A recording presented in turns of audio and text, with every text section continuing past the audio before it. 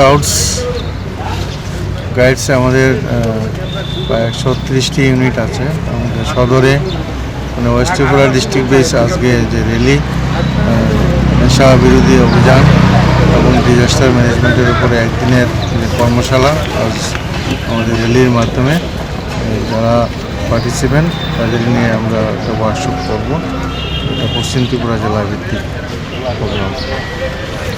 মূলত আমাদের যুব সমাজ যাতে দেশ গড়ার কাজে আত্মনিয়োজিত করতে পারে তার জন্য তাদের যেমন পুঁথিগত বিদ্যা, ব্যবহারিক বিদ্যা এগুলি সঙ্গে সঙ্গতি রেখে তারা হিউম্যান রিসোর্স ডেভেলপমেন্টের ক্ষেত্রে উদ্যোগী হয়, তার জন্য আমাদের এই প্রয়াস।